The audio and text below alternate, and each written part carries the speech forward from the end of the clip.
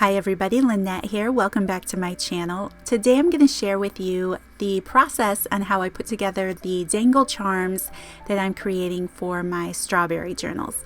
Those of you who are part of my channel have probably seen that I've been working on these and enjoying them so much. So the most recent video that I released, I was sharing some other projects that I created for these journals. I had planned on sharing this dangle charm as well in that video, but it just came out to be too long. The process of putting one of these together just took too long. So I decided to share it in a separate video. That's why we're just jumping into the project today. I hope that you guys enjoy, and I'll talk to you at the end of the video. So I wanted to share a couple items that I picked up on Temu that I thought would be adorable to add to some journal dangles for this collection. These sweet little strawberry charms. These were a rather large package, 30 pieces. I think it says there's 30 pieces in a bag. I will leave a link for these in the description box down below if you're interested. But I just want to put some little journal dangles together, and I thought these would be super cute.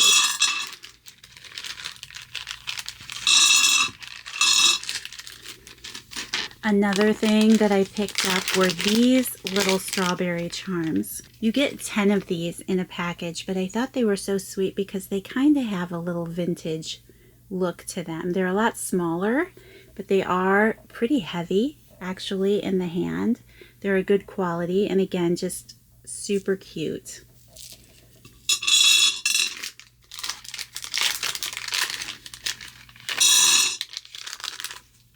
Another item that I picked up on Temu, and I just want to share these, and I'll link them in the description box down below. So these are little resin pieces. They might be like an inch tall, maybe like 3/4 of an inch, but they're just little cabochon resin pieces. They're not charms, but I thought they were so sweet. They actually look very similar to the charms I have, but they were so affordable, I just decided to pick some up as well. I didn't end up using any of them to create embellishments in these currently, but I'll probably include them in the packages when I mail out the journals. So this is a necklace that I have in my collection of old jewelry, and I just thought these colors and beads were so sweet. I'm a little scared to cut these apart because I'm not sure if these flowers are separate or not. And then there's these sweet little pink leaf beads on there, and I love these little leaves. Like, there's a whole bunch of little tiny beads on here, but if I could maybe use a portion of this, I think that would be so sweet on the charm. I would also like to find a way to incorporate some of my old vintage jewelry pieces that I have in my stash. I'll probably just try tying them on. I tried to find one for each journal, something that was a little whimsy and fun, colorful if I could find it, but I don't have a lot of colorful items that match this collection necessarily. So some of them are sparkly. I do have this old cherry bowl. It's a pin. Odette. I love that. What a beautiful name. And then I love I know it's not strawberries, but again, it matches the little strawberry theme journal. So I'm going to try to incorporate these. I also have this little cake charm. Of course, there's some recipes for cakes in here, so I thought that was perfect. I had this really fun old pin I thought might be fun on a charm, and then just a couple more little pieces. I had some charms in my stash that I picked up years ago. I can't remember where, maybe Big Lots, but a couple of them have these strawberries. That looks like a little sweet treat. I might put those on the 4 larger journals. And then I think I'm just going to add the tassel to these little gold clips.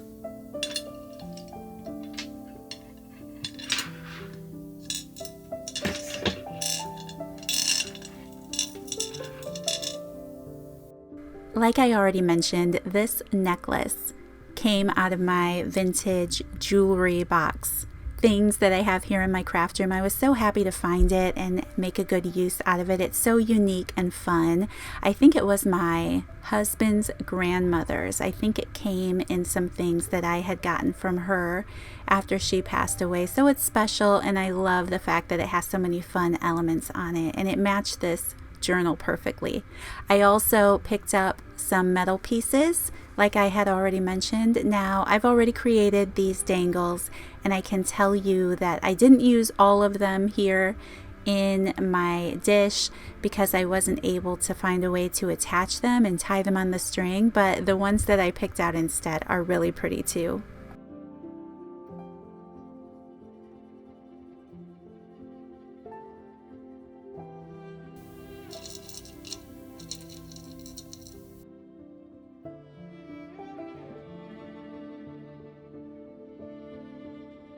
Getting started on the dangle, I decided to use that gold clip, and I'm just going to add the dangle to that clip so that it can be removed if somebody wants to remove it. I had this cotton twine cording in my stash. I had it in pink and yellow, and I thought those colors matched this journal perfectly. It is a little thicker of a cord, and some beads just aren't going to fit on it. But because I have that beading needle, which you saw me pull out, and I'll be using it throughout this video, I can actually get a few more beads on this cording that I typically wouldn't be able to otherwise. So if you're interested in those beading needles, I really love them. I've been talking about them a lot lately. I'll leave a link to them in the description box down below. They're super handy.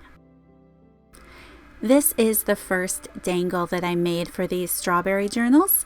I ended up making 12 altogether, so I did change it up a little bit as I went along. But here, as I started, I used 2 very long pieces of cord from each roll, 2 yellow, 2 pink. And when I fold it in half and string it through the clip that I have 8 strings altogether that I'm going to be adding beads to. So I used that needle just to get it through the clip. It was a lot of cord since this is a little thicker, and I'm just going to double knot it at the top of that bullnose clip so it hangs down. Now, I do apologize for this video. I do a lot of things up in the air. It is quick. It took me a long time to put this dangle together, but it's pretty repetitive, and we'll walk through it together as I go along here. So I'm just kind of stretching out my cords, deciding what beads I want to use. I want this to be a fun, whimsy journal, so I like these larger beads that I picked up at Hobby Lobby over the years. Here you'll see it's the first bead, and I forgot to add my knot at the very top where I wanted the bead to begin the height. I don't want it to go any higher than that, so I'm adding a knot above the bead and below the bead.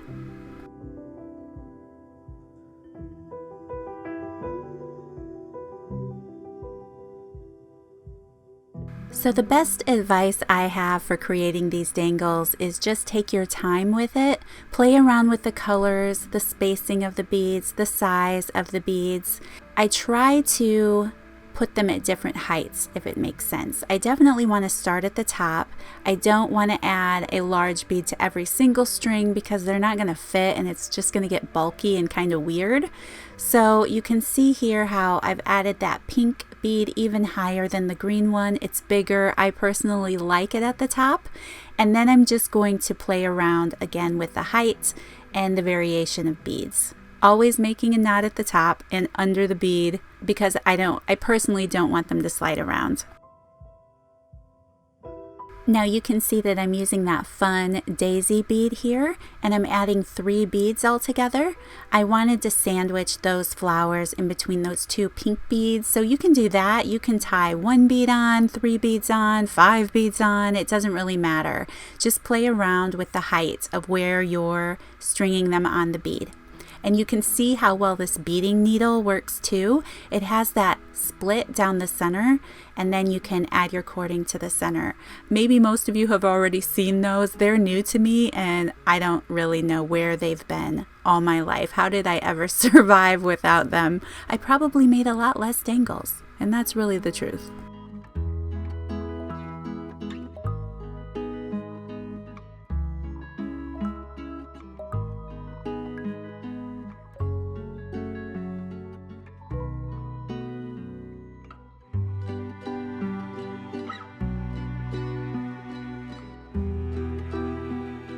You can also see how I pick up my journal here quite often. Every time I add a bead, I decide to look at the journal and make sure that the beads are laying in the proper place and that I am able to place the next bead exactly where I want to.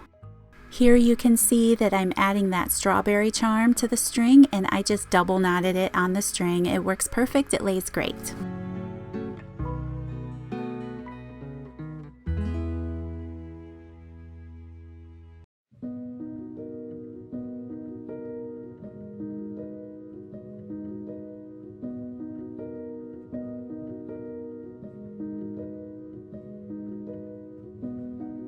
I decided to add this earring clip to my string next, and you'll notice later on in the video I actually adjust it and mess around with the knots. You pretty much just have to play around with it a little bit until you figure out how to best attach it to your string and how you want it to lay in the best way it possibly can. So for now I'm just kind of looping that string through that clip portion of the earring, and I'm going to double knot it on my string.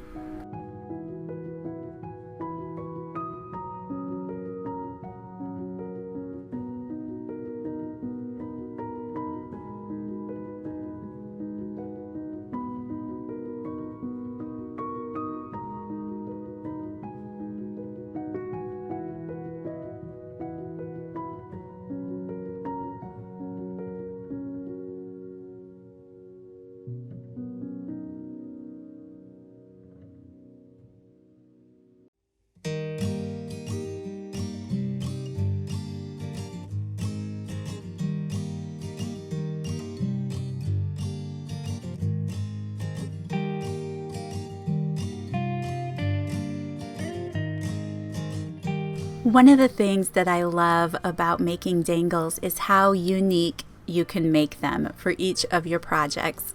It doesn't have to be only beads and charms that you tie on. It can be little pieces of jewelry, a little spool of thread, maybe an old key or some other kind of little piece of metal that you have in your stash. I think if you just take your time and get creative, go through your stash, you might find a way to use up some of those bits that are taking up space in our craft room or maybe we've forgotten about. I would love to know some of the creative ideas you might think.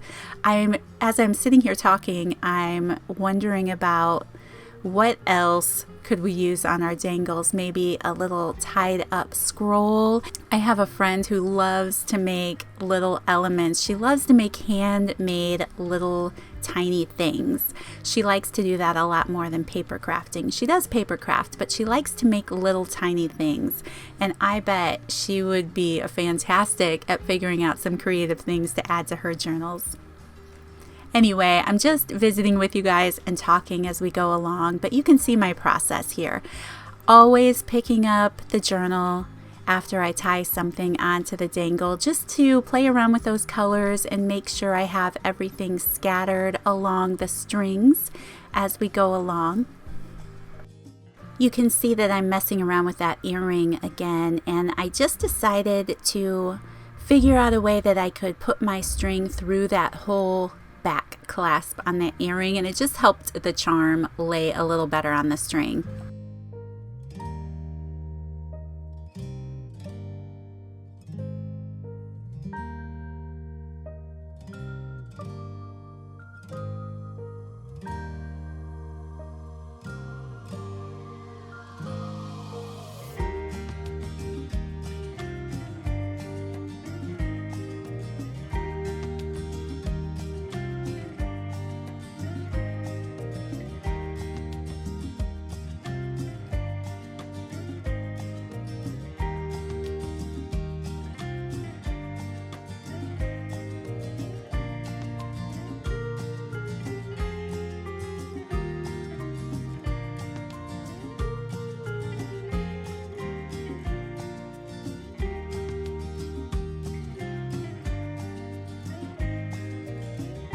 I found these heart beads in my stash. I think those are something that I purchased back when Big Lots used to sell a lot of discount craft supplies.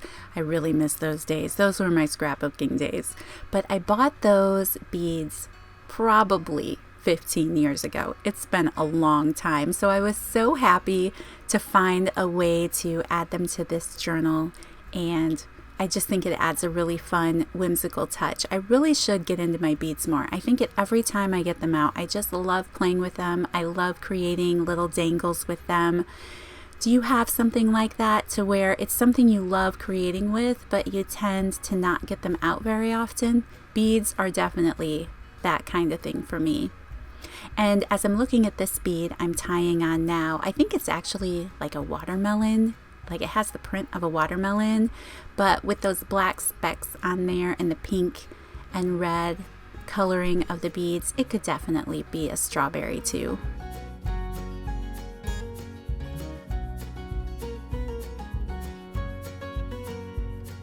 And you guys, I have to say, those little leaf beads are to die for that I pulled off those necklace. You see that I just added it under the bottom of that bead. Those things are so cute. It couldn't have been better for this journal.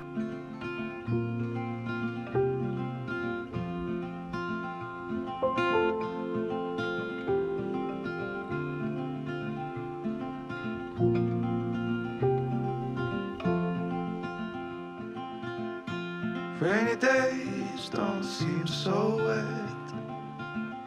Stormy nights don't stay. From the moment that we met, you were worth the wait. Oh, this could be the best thing that I'll ever know.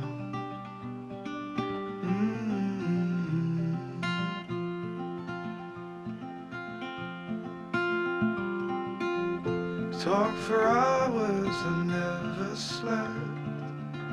Two silhouettes on the concrete steps. We watched the sun as it slowly crept from the horizon to the place we met. Oh, this could be the best thing that I'll ever know.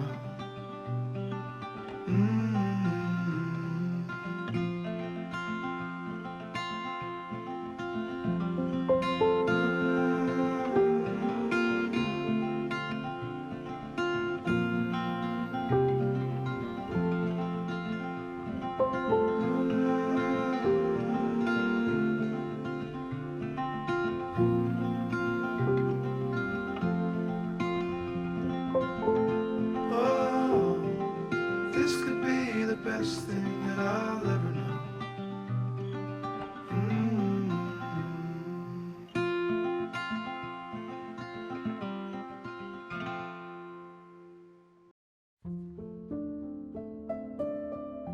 Now I've decided I'm just going to trim those strings right about the same length as my journal. You could do this however you choose to do it. You could make a shorter dangle, a longer dangle that hangs below your journal, whatever it is that strikes your fancy. They are so beautiful and so fun.